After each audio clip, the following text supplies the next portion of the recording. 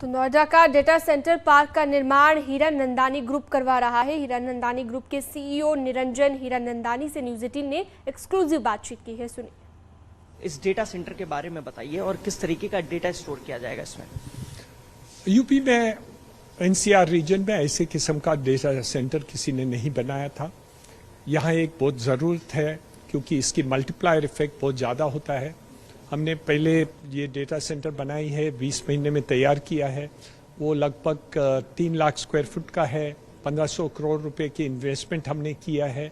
World class top of the line data centre बना है और हमारे यूपी की सरकार का बहुत सहयोग रहा है और उसके कारण ये इतने समय में बन चुका है।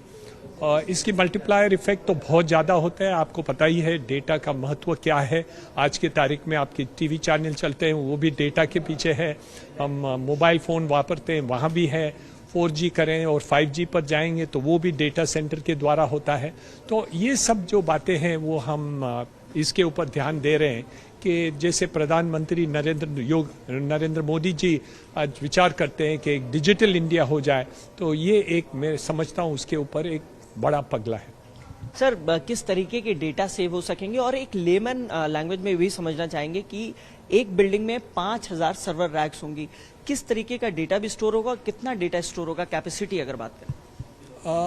ये डेटा सेंटर कैपेसिटी की जो होती है वो लगभग रैक्स और ये होता है और मेगावाट के हिसाब से होता है। तो लगभग ये 160 मेगावाट अल्टीमेटली हो जाएगा और 40 मेगावाट के आसपास 25 से 40 मेगावाट पर बिल्डिंग शुरुआत में होगी। तो ये सब जो मल्टीप्लायर इफेक्ट होता है, कैसे किस कस्टमर होते हैं, कैसे होते हैं और समय बताएगा वो उसका क्वांटिटी कितना होगा। और हम देख रहे हैं कि और लोग भी डेटा सेंटर अब बनाने आ रहे हैं यूपी में। तो मैं समझता हूँ कि कैपेसिटी तो बढ़ने वाली है और इसकी कोई सीमा नहीं है। सर, पहले देखा जाता था इन्वेस्टर्स जब यूपी में आते थे तो लॉ एंड ऑर्डर एक मेजर प्रॉब्लम हुआ करती थी। आप लोग आए हैं, आप लोगों ने बना लिया इस दौरान, और क्या एक्सपीरियंस रहा ओवरऑल? बहुत ही पॉजिटिव एक्सपीरियंस रहा। हमें एक किस्म का कोई दिक्कत नहीं हुआ, कोई प्रॉब्लम नहीं हुआ।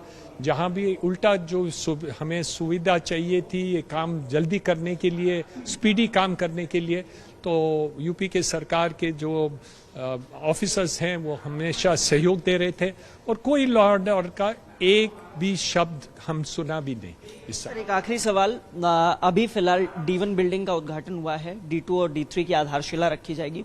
कब तक ये पूरी 6 बिल्डिंग बनकर तैयार हो जाएंगी?